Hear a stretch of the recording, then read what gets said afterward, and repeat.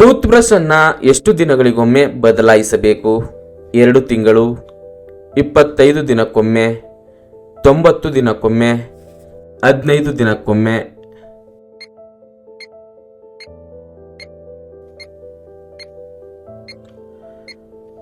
ಸರಿಯಾದ ಉತ್ತರ 90 ದಿನಕ್ಕೊಮ್ಮೆ. ಪ್ರತಿದಿನ ಖಾಲಿ ಹೊಟ್ಟೆಯಲ್ಲಿ ಪಪಾಯ ತಿಂದ್ರೆ ಏನಾಗುತ್ತದೆ? ಶುಗರ್ ದೂರ, ಅಜೀರ್ಣ ನಿವಾರಣೆ, ಅಸಿಡಿಟಿ ಮಾಯ, ಕೊಲೆಸ್ಟ್ರಾಲ್ ಕಡಿಮೆ?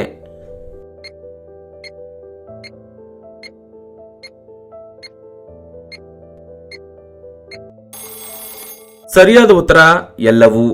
ವೀಕ್ಷಕರೇ, ಪಪಾಯಿ ಹಣ್ಣಿನಲ್ಲಿ ಪೋಷಕಾಂಶಗಳು ಹೇರಳವಾಗಿವೆ. ಪ್ರತಿದಿನ ಖಾಲಿ ಹೊಟ್ಟೆಯಲ್ಲಿ 1 ಕಪ್ ಪಪಾಯಿ ಚೂರುಗಳನ್ನು ತಿನ್ನುವುದರಿಂದ ಹಲವಾರು ಆರೋಗ್ಯ ಪ್ರಯೋಜನಗಳಿವೆ. ನಮ್ಮ ಜೀರ್ಣಾಂಗ ವ್ಯವಸ್ಥೆಯು ಬಲಗೊಳ್ಳುತ್ತದೆ ಮತ್ತು ಹೊಟ್ಟೆಯ ಸಮಸ್ಯೆಗಳನ್ನು ತಡೆಯುತ್ತದೆ. ಸತ್ತ ಜೀವಕೋಶಗಳನ್ನು ತೆಗೆದುಹಾಕುತ್ತದೆ ಮತ್ತು ತೇವಾಂಶವನ್ನು ನೀಡುತ್ತದೆ. ಖಾಲಿ ಹೊಟ್ಟೆಯಲ್ಲಿ ಪಪ್ಪಾಯ ಹಣ್ಣನ್ನು ಸೇವಿಸುವುದರಿಂದ ರಕ್ತದಲ್ಲಿನ ಸಕ್ಕರೆ ಮಟ್ಟವನ್ನು ನಿಯಂತ್ರಿಸಲು ಮತ್ತು ಸ್ಥಿರಗೊಳಿಸಲು ಸಹಾಯ ಮಾಡುತ್ತದೆ. ಮಧುಮೇಹಿಗಳು ಈ ಹಣ್ಣನ್ನು ತಮ್ಮ ಆಹಾರದಲ್ಲಿ ಸೇರಿಸುವುದು ತುಂಬಾ ಒಳ್ಳೆಯದು. ಪಪ್ಪಾಯಿ ತಿನ್ನುವುದು ಕೊಲೆಸ್ಟ್ರಾಲ್ ಮಟ್ಟವನ್ನು ಸಾಮಾನ್ಯಗೊಳಿಸುತ್ತದೆ. ಪಪ್ಪಾಯಿ ನಿಮ್ಮ ಹೃದಯಕ್ಕೆ ರಕ್ತದ ಹರಿವನ್ನು ಸುಧಾರಿಸುತ್ತದೆ. ಪಪ್ಪಾಯಿ ತಿನ್ನುವುದರಿಂದ ದೇಹಕ್ಕೆ ಶಕ್ತಿ ಸಿಗುತ್ತದೆ ಮತ್ತು ಹೆಚ್ಚುವರಿ ಕೊಬ್ಬನ್ನು ಕಡಿಮೆ ಮಾಡುತ್ತದೆ. ಖಾಲಿ ಹೊಟ್ಟೆಯಲ್ಲಿ ಪಪ್ಪಾಯಿಯನ್ನು ತಿನ್ನುವುದರಿಂದ ಅಜೀರ್ಣ ಮತ್ತು ಅಸಿಡಿಟಿ ಸಮಸ್ಯೆಗಳು ಬಹಳ ಮಟ್ಟಿಗೆ ಕಡಿಮೆಯಾಗುತ್ತವೆ. ಭಾರತದ ಯಾವ ರಾಜ್ಯವು ಬ್ರಿಟಿಷರ ಗುಲಾಮನಾಗಿರಲಿಲ್ಲ? ಗೋವಾ, ಉತ್ತರ ಪ್ರದೇಶ, ಜಮ್ಮು ಮತ್ತು ಕಾಶ್ಮೀರ, ರಾಜಸ್ಥಾನ?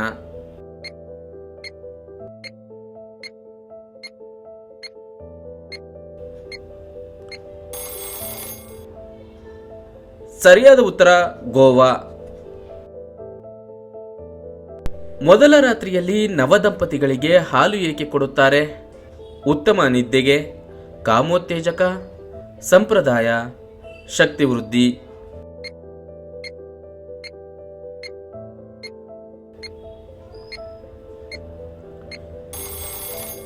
ಸರಿಯಾದ ಉತ್ತರ ಕಾಮೋತ್ತೇಜಕ ಮತ್ತು ಸಂಪ್ರದಾಯ. ಮುಂಜಾನೆ ವೇಳೆ ಕಾಫಿ ಟೀ ಬದಲು ಆರೋಗ್ಯಕ್ಕೆ ಯಾವುದು ಉತ್ತಮ?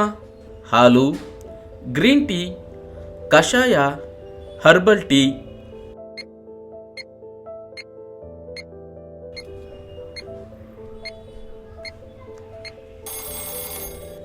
ಸರಿಯಾದ ಉತ್ತರ ಹರ್ಬಲ್ ಟೀ. ಯಾವ ಆರೋಗ್ಯ ಸಮಸ್ಯೆ ಇರುವವರು ಕಡಲೆಕಾಯಿಯನ್ನ ತಿನ್ನಲೇಬಾರದು? ಅಲರ್ಜಿ, ಬೊಜ್ಜು, ಅಜೀರ್ಣ, ಅಸಿಡಿಟಿ?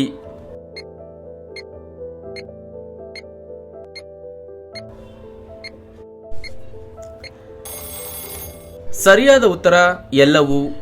ವೀಕ್ಷಕರೇ, ಅಲರ್ಜಿ ಸಮಸ್ಯೆಯಿಂದ ಬಳಲುತ್ತಿರುವವರು ಕಡಲೆಕಾಯಿಯನ್ನ ಸೇವಿಸಬಾರದು. ಅಧಿಕ ತೂಕ ಅಂದರೆ ಬೊಜ್ಜಿನ ಸಮಸ್ಯೆ ಇರುವವರು ಕೂಡ ಶೇಂಗಾ ತಿನ್ನಬಾರದು. ಕಡಲೆಕಾಯಿಯಲ್ಲಿ ಕೊಬ್ಬಿನಾಂಶ ಹೆಚ್ಚಿರುವುದರಿಂದ ಇನ್ನಷ್ಟು ಬೊಜ್ಜು ಹೆಚ್ಚಾಗುತ್ತದೆ.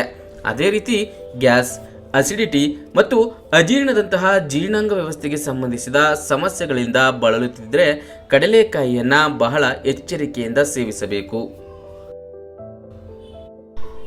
ಹಳಸಿದ ಅನ್ನ ತಿಂದರೆ ಯಾವ ರೋಗ ವಾಸಿಯಾಗುತ್ತದೆ? ಅಲ್ಸರ್, ಮಲಬದ್ಧತೆ, ಅಸಿಡಿಟಿ, ಅಜೀರ್ಣ?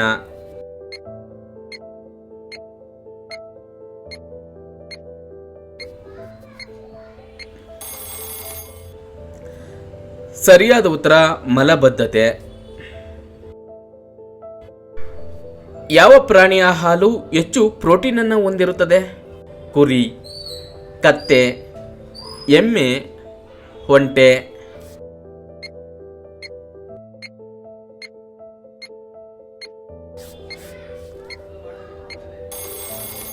ಸರಿಯಾದ ಉತ್ತರ ಕುರಿ. ಯಾವ ಜೀವಿ ನೀರಿನಲ್ಲಿ ವಾಸಿಸುತ್ತದೆ ಆದರೆ ನೀರನ್ನ ಕುಡಿಯುವುದಿಲ್ಲ? ಆಮೆ, ಮೀನು, ಕಪ್ಪೆ, ಆಕ್ಟೋಪಸ್?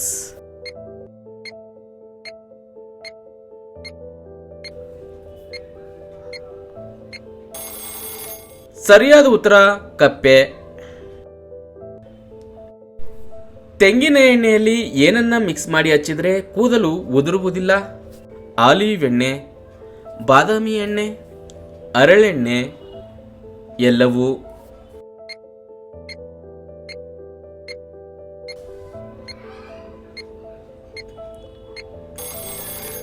ಸರಿಯಾದ ಉತ್ತರ ಎಲ್ಲವೂ.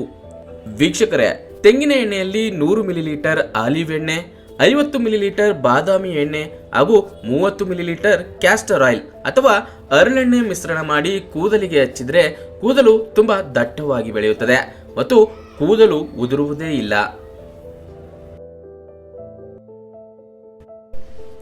ಚಳಿಗಾಲದಲ್ಲಿ ಬಾಳೆಹಣ್ಣು ತಿಂದರೆ ಯಾವ ಕಾಯಿಲೆ ಬರುತ್ತದೆ? ಕೆಮ್ಮು, ನೆಗಡಿ, ಕಫ, ಉಸಿರಾಟದ ಸಮಸ್ಯೆ.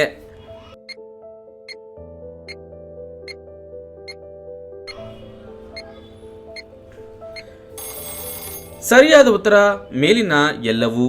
ವೀಕ್ಷಕರೇ, ಬಾಳೆಹಣ್ಣು ತಿನ್ನುವುದು ಆರೋಗ್ಯಕ್ಕೆ ಉತ್ತಮವೇ ಎಂಬ ಪ್ರಶ್ನೆ ಹಲವರಲ್ಲಿರುತ್ತದೆ. ಅದಕ್ಕೆ ಉತ್ತರ ಇಲ್ಲಿದೆ.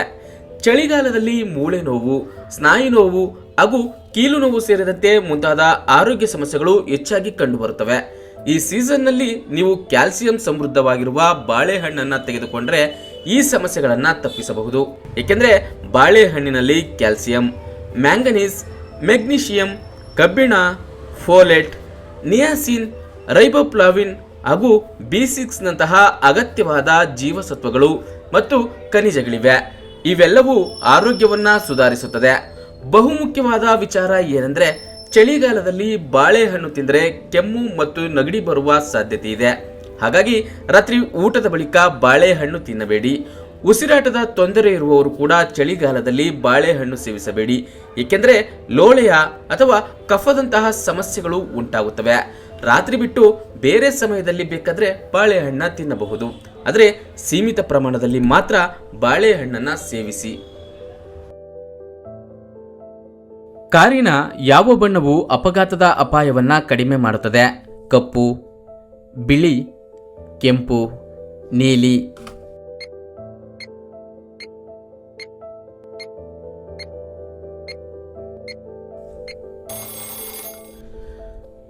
ಸರಿಯಾದ ಉತ್ತರ ಬಿಳಿ ಬಣ್ಣ. ಸತ್ತವರು ಕನಸಿನಲ್ಲಿ ಕಂಡರೆ ಏನನ್ನ ಸೂಚಿಸುತ್ತದೆ? ದರಿದ್ರ ಹೋಗುತ್ತದೆ, ಒಳ್ಳೆಯದಾಗುತ್ತದೆ, ಲಾಭ ಆಗುತ್ತದೆ, ಕಷ್ಟ ಬರುತ್ತದೆ.